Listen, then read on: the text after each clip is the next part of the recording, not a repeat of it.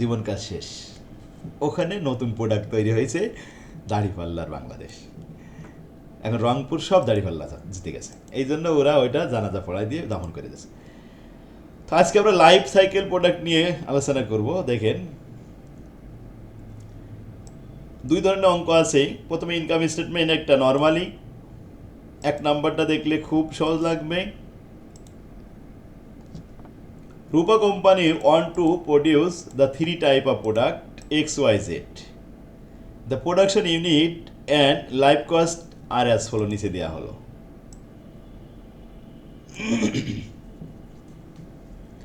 এক্সের উৎপাদনের সংখ্যা এবং তার খরচগুলো সব দেওয়া হয়েছে, সেল প্রাইসও দেওয়া আছে, একটা ইনকাম স্টেটমেন্ট করতে হবে। এটার কোনো প্রোডাক্ট লাইফ সাইকেলের কোনো ব্যবহার না, প্রভাব না। কত unit? X 10,000 unit, Y 8,000 unit এবং জেড 5,000 ইউনিট উৎপাদন হয়েছে। আর সেল প্রাইস 300 টাকা, 400 টাকা এবং 500 টাকায় বিক্রি হয়েছে। এবার খরচ, life cycle cost, research and development cost 4 lakh, 4 lakh, 4 lakh. Designing cost 1.5 lakh, 1.5 lakh, 1.5 lakh. তিনটে প্রোডাক্টের একই রকম ফিক্সড কস্ট এগুলো। প্রোডাকশন কস্টের মধ্যে ভেরিয়েবল পার ইউনিট কস্ট 30 টাকা, তা 30 টাকা গুণন 10,000 ইউনিট, 30 টাকা গুণন 8,000 ইউনিট, আর 30 টাকা গুণন ওই 5,000 ইউনিট। ফিক্সড প্রোডাকশন খরচ, তাহলে প্রোডাকশন খরচ দুইটা, variable production cost, fixed production cost.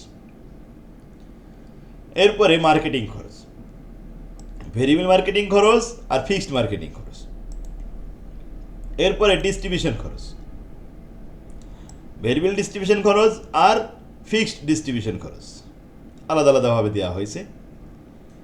এরপর লাস্টে বলছে কাস্টমার সার্ভিস কস্ট, যাকে বলে ওয়ারেন্টি খরচ। কাস্টমার সার্ভিস 2 লাখ, 2.5 লাখ এবং 2,90,000। এই খরচগুলো এই সেল থেকে বাদ দিয়ে দেবো, বাস অঙ্ক শেষ। আমাদের করতে বলেছে prepare the profit, prepare a product life cycle income statement for each product. প্রত্যেকটা প্রোডাক্টের আলাদা আলাদা কলাম করে ইনকাম স্টেটমেন্ট তৈরি করেন। তো ওইভাবেই তৈরি করলাম, ওই যে কলাম দেওয়া আছে ওই কলাম কপি করে নিয়ে চলে আসলাম। নিয়ে এসে এখানে সেল রেভিনিউ গুণ করেছি সেল প্রাইস দিয়ে, 30 লাখ, 32 লাখ, 25 লাখ। এখন less cost, research and development cost যেভাবে ছিল বাস কপি পেস্ট করে দিয়ে আসলাম এখানে। প্রোডাকশন, ভেরিয়েবল প্রোডাকশন খরচ পার ইউনিট, ইউনিটের সাথে গুণ করলাম। আর ফিক্সড প্রোডাকশন কস্ট সেটা দেখালাম। আচ্ছা, marketing, variable marketing, fixed marketing. Variable তো বোঝেন, ইউনিটের সাথে গুণ করে নিতে হয়। আর ফিক্সড মার্কেটিং যা আছে ওই সরাসরি বসাই দিলাম। এরপরে ডিস্ট্রিবিউশন, ভেরিয়েবল ডিস্ট্রিবিউশন আর ফিক্সড ডিস্ট্রিবিউশন। সার্ভিস, ওই যে কাস্টমার বলছিল ওয়ারেন্টি খরচ যেটা দেওয়া আছে ওটা বসাই দিলাম ডাইরেক্ট। খরচ তো সব একই, একটানা যোগ করে দিলাম এখান থেকে। এই টোটাল যোগ করে টোটাল কস্ট আসলো 19 লাখ। 19,50,000 হলো টোটাল কস্ট। এটা হলো 18,40,000, 16,40,000। সেল থেকে কস্টগুলো মাইনাস করে দিলাম, মাইনাস করে দিলে প্রফিট বেড়ে আসলো।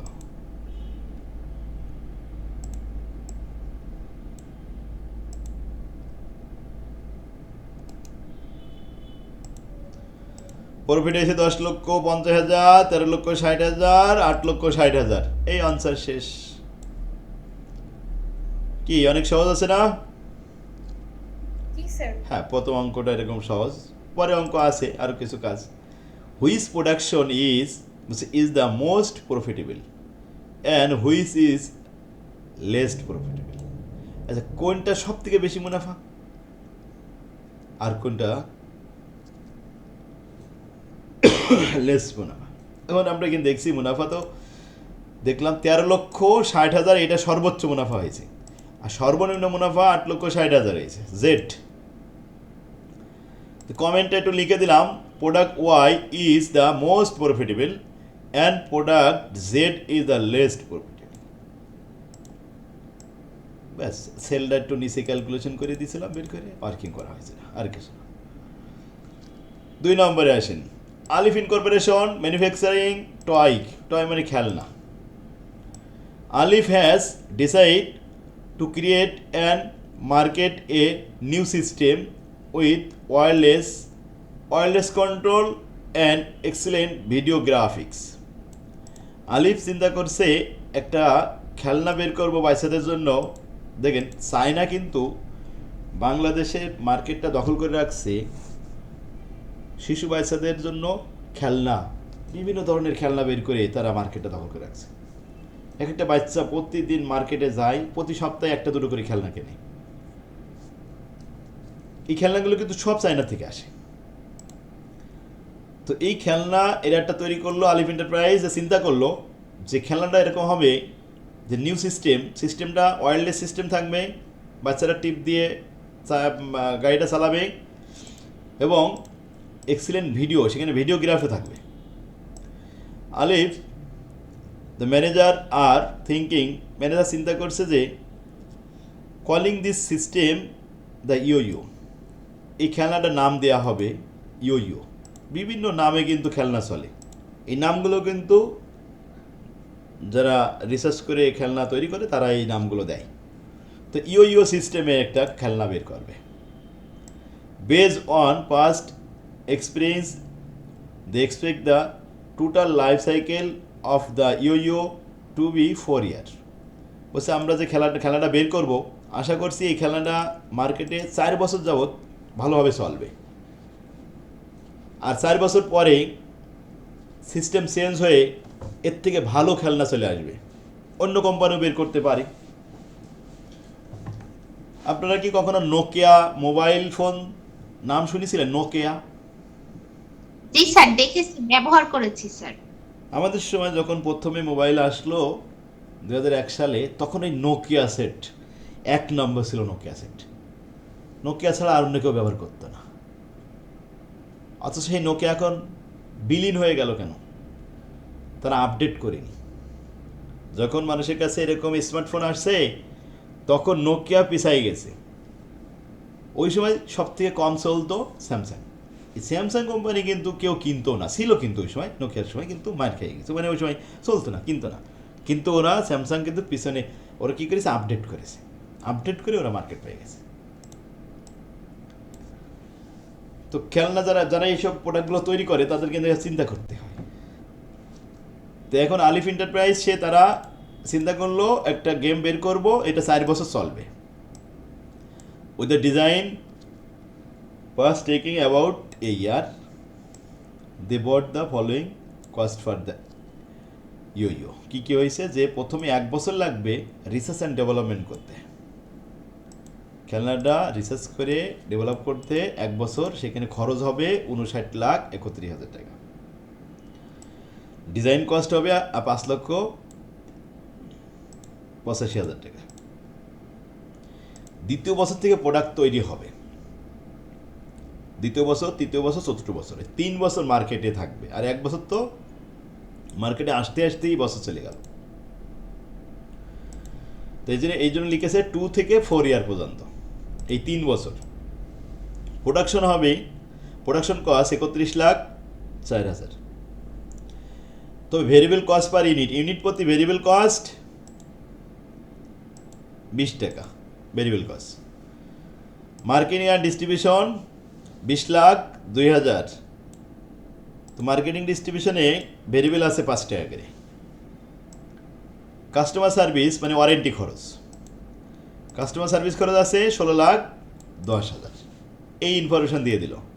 আরও information, suppose the manager at Alif enterprise the yo toy at 110 টাকা পার ইউনিট সেল প্রাইস।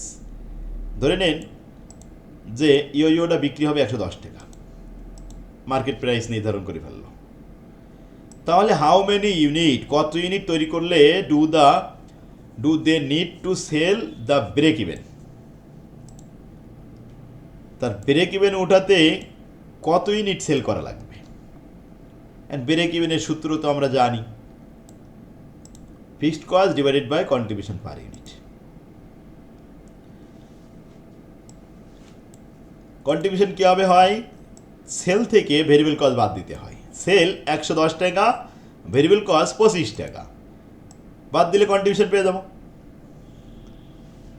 তো ফিক্সড কস্ট এটা তো এক জায়গায় করা নেই, ফিক্সড কস্টগুলো এখন যোগ করতে হবে। আর ফিক্সড কস্ট কোনগুলো আসবে, রিসার্চ অ্যান্ড ডেভেলপমেন্ট, এই ফিক্সড কস্টটা এই প্রোডাকশনের ভিতরে নেওয়া যাবে না। আর সার্ভিসিং কস্ট, ওয়ারেন্টি খরচ, এটা নেওয়া যাবে না। ডিজাইন কস্ট, প্রোডাকশন কস্ট আর ডিস্ট্রিবিউশন কস্ট, এই তিনটা যোগ করতে হবে। তিনটা যোগ করে হয়েছে 56,91,000। কন্ট্রিবিউশন 110 টাকা থেকে 25 টাকা বাদ দিলে 85 টাকা, 85 টাকাতে ভাগ করলে 66,953 ইউনিট। তাহলে বেড়ে কিবেন 66,953 ইউনিট।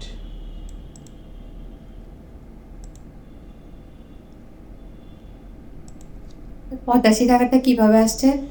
85 টাকা আসছে, এই যে আমাদের সেল প্রাইস 110 টাকা, আর ভেরিয়েবল কস্ট হচ্ছে এই যে 20 টাকা আর 5 টাকা, 25 টাকা।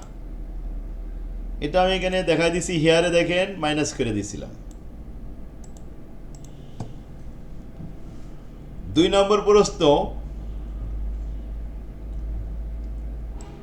the manager at Alif are thinking to two alternative pricing strategy। প্রাইসের ক্ষেত্রে কৌশল, এই স্ট্র্যাটেজি মানে কৌশল, কৌশলগত ব্যবস্থাপনা হিসাব বিজ্ঞান আমরা শিখতেছি। তো দুইটা স্ট্র্যাটেজি এখানে আছে, একটা স্ট্র্যাটেজি এ আর বি, এর মধ্যে কোনটা ভালো সেটা, which pricing strategy would you recommended. দুইটা প্রাইসিং কৌশলের মধ্যে কোনটা আমাদের জন্য বেস্ট এক্সপিরিয়েন্স সেটা ব্যাখ্যা করে জানাও। তাহলে আমরা একটু পড়ে দেখি। এ নম্বর বলছে, সেল দ্য ইয়ার 50 টাকা is from the outset at this price expect to sell 4,50,000 unit over it's the life cycle. Life cycle যে 3 বছর চলবে, এই 3 বছরে যদি আমরা সেল প্রাইস 50 টাকা করে ধরি বাচ্চাদের কাছ থেকে এক একটা ইউনিট, তাহলে আশা করছি 4.5 লাখ পর্যন্ত বিক্রি হবে, 4.5 লাখ ইউনিট বিক্রি হবে। বাস 4.5 লাখ ইউনিট বিক্রি করব 50 টাকা করে, আর খরচগুলো বাদ দিয়ে দেখব যে মুনাফা কত টাকা হয়েছে। আরেকটা কৌশল বলছে, boost the selling price, selling price একের অধিক থাকবে, প্রথম দিকে একটু বেশি থাকবে। Of the year two, year two মানে কিন্তু সেকেন্ড ইয়ারের শুরুতেই তো বিক্রি হবে, আর ফার্স্ট ইয়ার তো শুধু রিসার্চ অ্যান্ড ডেভেলপমেন্ট করতেই চলে গেল, তার মানে প্রথম বছর। It first comes out to 70 টাকা পার ইউনিট। যখনই মার্কেটে আসবে সঙ্গে সঙ্গে দাম নির্ধারণ করা হবে 70 টাকা, 1 বছর চলবে 70 টাকা করে।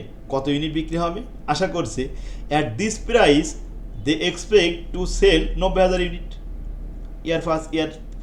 প্রথম ইয়ারে 90,000 ইউনিট পর্যন্ত বিক্রি হবে।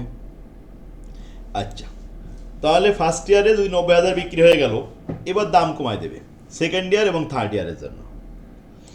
In year 3 drop to price 40 টাকা, দাম 40 টাকায় চলে আসবে,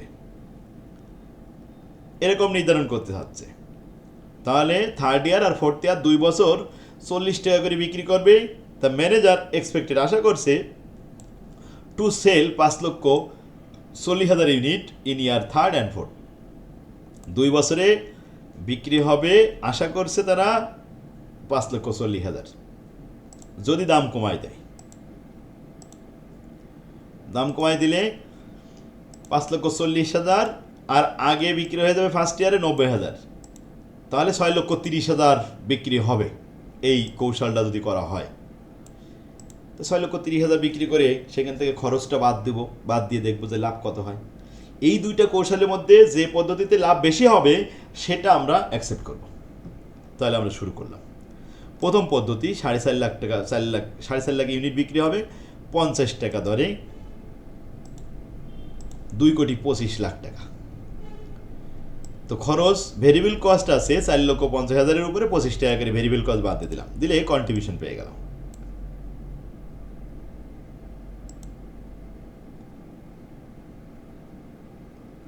কন্ট্রিবিউশন এখানে বিয়োগ করা হয়নি, আমি বিয়োগ না করে আর ফিক্সড কস্টও দেখাই দিছি, লেস ফিক্সড কস্ট বিয়োগ করে দিলাম। তাহলে ভেরিয়েবল কস্ট আর ফিক্সড কস্ট একসাথে বিয়োগ করার পরে আমাদের লাভ থাকে 55,59,000। এসে লাভের পরিমাণ। একটা পদ্ধতি শেষ হলো, দ্বিতীয় পদ্ধতি আসেন। দ্বিতীয় পদ্ধতিতে প্রথম বছরে 90,000 বিক্রি হবে 70 টাকা করে, আর 5,40,000 বিক্রি হবে 40 টাকা করে। এই টোটাল সেল 2,79,00,000। এখন খরচ আছে 6,30,000 কীভাবে পেয়েছি বুঝতে পারছেন? ওই 90,000 আর এই 5,40,000, 6,30,000। ভেরিয়েবল কস্ট 25 টাকা ধরে, তো মাইনাস করলাম। আর ফিক্সড কস্ট 56,91,000, এটাও মাইনাস করলাম। তাই লাভ থাকলো 64,59,000। আচ্ছা, 6,30,000 ইউনিট, এত ইউনিট বিক্রি করলাম, তাতে 64,59,00,000 টাকা লাভ হয়েছে। 64,59,000। আর প্রথম পদ্ধতিতে 55,59,000। তাহলে তো দ্বিতীয়টাই ভালো, লাভ যেখানে বেশি সেটাই আমাদের জন্য বেস্ট, কারণ দ্বিতীয়টাই আমাদের লাভ বেশি হয়েছে। তাহলে কমেন্টে লিখে দিলাম, we should recommended the strategy option 2 B because their operating income is higher than option A. যে আসলে এর থেকে বির কৌশলটা আমাদের জন্য ভালো, ওখানে লাভ বেশি হবে। আচ্ছা, এইখানে বুঝতে কারো অসুবিধা হয়েছে অঙ্ক?